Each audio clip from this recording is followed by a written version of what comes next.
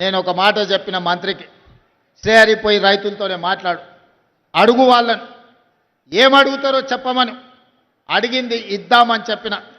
అన్నా 19-20 లక్షలు ఇస్తే చాలన్నారు.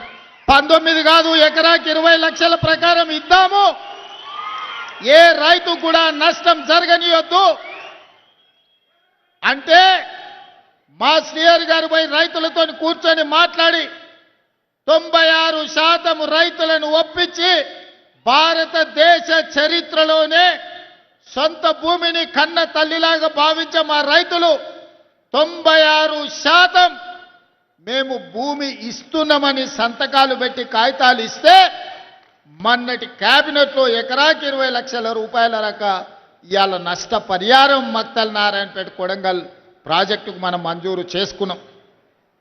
దాదాపుగా 5,000 కోట్ల రూపాయలతోటి 1,15,000 ఎకరాలకు కృష్ణానదిలో నికర జలాలను వాడుకొని మన పక్క నుంచే నీళ్లు పోతున్నా మన భూములు ఎడారిగా మారి ఎండిపోతుంటే ఈ 75 సంవత్సరాల ప్రజాస్వామ్యంలో మనకు నీళ్ళు ఇవ్వాలన్న ఆలోచన చేయలే.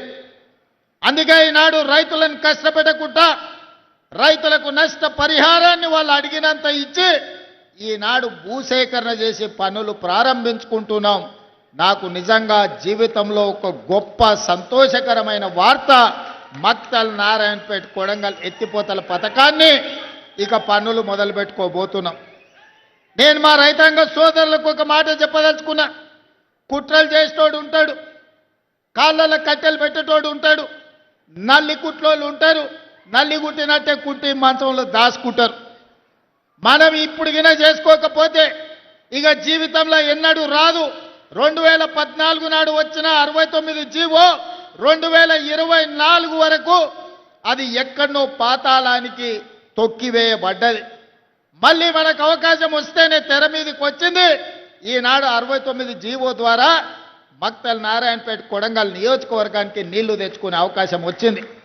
నేను చెప్తున్న దండు కట్టండి, గుంపు కట్టండి, ఎంబడుండి పని చేపించుకోండి. ఎవడన్నా కాంట్రాక్టర్ అధికారు రాత్రి పగలు రోజుకి 24 గంటలు 2 సంవత్సరాలలో ఈ ప్రాజెక్టును పూర్తి చేయకపోతే ఈపు విమాన మోత మోగుతుందని మా యువకులు దండు కట్టి మక్తల్ నారాయణపేట కొడంగల్ ప్రాజెక్టును పూర్తి చేయించుకోండి.